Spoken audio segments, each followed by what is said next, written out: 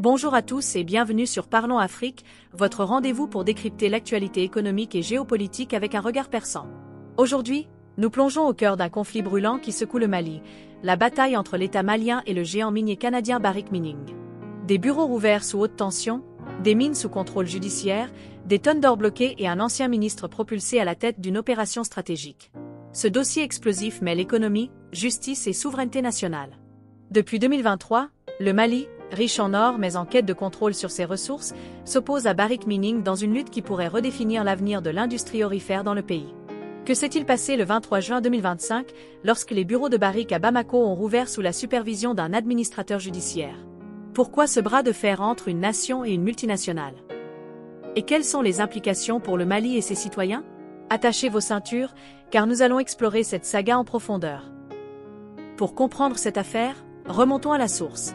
Le Mali est l'un des plus grands producteurs d'or d'Afrique, avec des mines comme l'Oulogounkoto, exploitées par Barrick Mining, qui figurent parmi les plus rentables du continent. Mais derrière les chiffres impressionnants des millions d'onces d'or extraites chaque année, se cache une réalité frustrante pour le Mali. Actuellement, l'État malien ne détient que 20% des parts de la société exploitant l'Oulogounkoto, tandis que Barrick, géant canadien de l'extraction aurifère, en contrôle 80%. Ce déséquilibre a alimenté des tensions croissantes, exacerbées par l'adoption d'un nouveau code minier en 2023. Ce texte, porté par le gouvernement malien, vise à augmenter les taxes sur les compagnies minières et à renforcer la participation de l'État dans l'exploitation des ressources. Mais Barrick Mining, qui opère au Mali depuis des décennies, a résisté à ces changements. Les négociations entre les deux parties, entamées en 2023, ont rapidement tourné au vinaigre.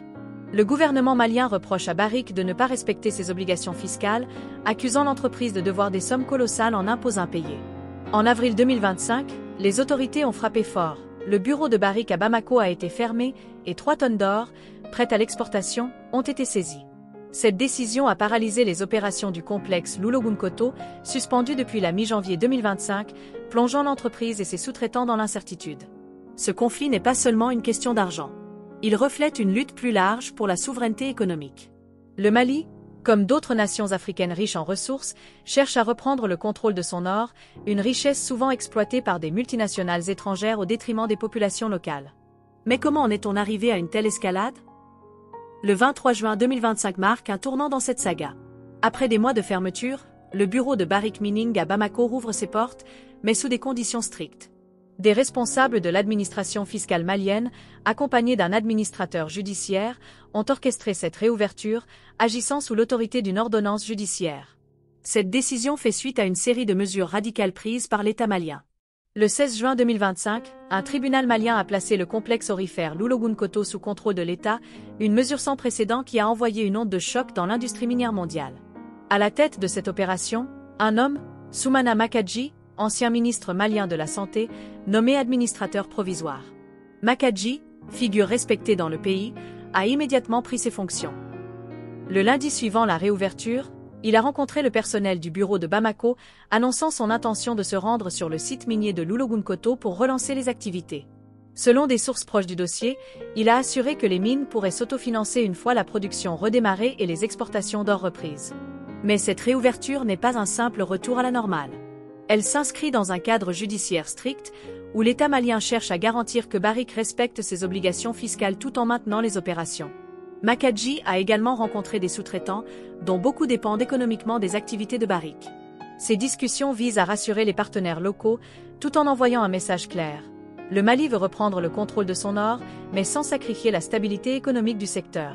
Barrick, de son côté, n'a pas encore réagi officiellement à cette reprise sous contrôle judiciaire. Cependant, l'entreprise a annoncé son intention de contester en appel la nomination de Makadji et la mise sous contrôle de l'Oulogounkoto. Ce silence relatif contraste avec l'ampleur des enjeux.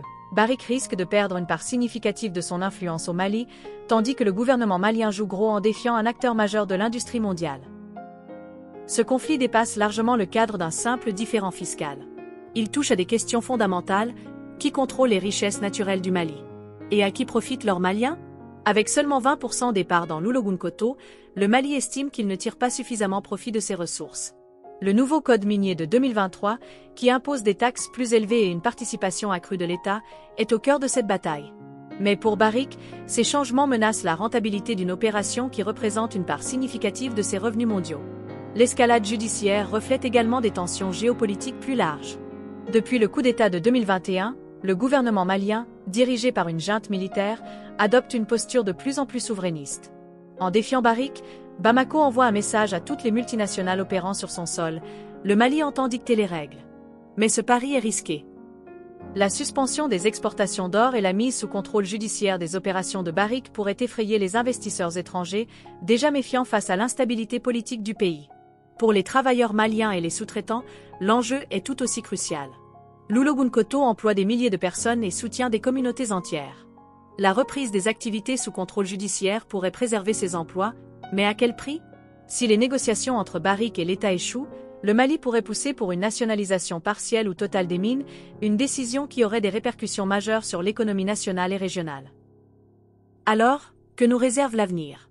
La nomination de Soumana Makadji et la réouverture des bureaux de Barrick sous contrôle judiciaire marquent une nouvelle phase dans ce conflit. Le Mali semble déterminé à imposer ses conditions, mais il doit trouver un équilibre délicat. D'un côté, l'État veut maximiser ses revenus pour financer le développement national. De l'autre, il doit éviter de paralyser un secteur clé de son économie. Pour Barrick, l'enjeu est de taille.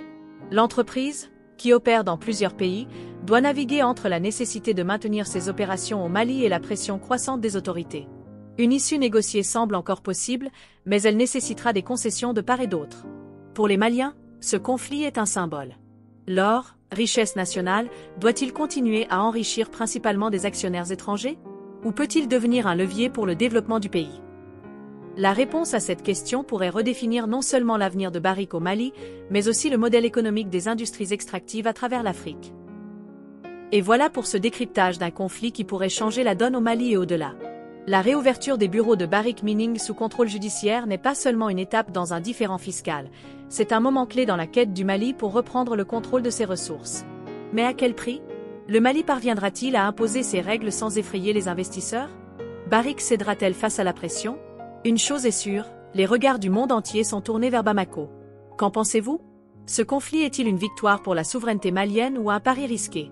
Laissez vos commentaires ci-dessous, abonnez-vous pour ne rien manquer de nos analyses et activez la cloche pour rester informé. Merci de nous avoir suivis et à très bientôt pour un nouveau décryptage.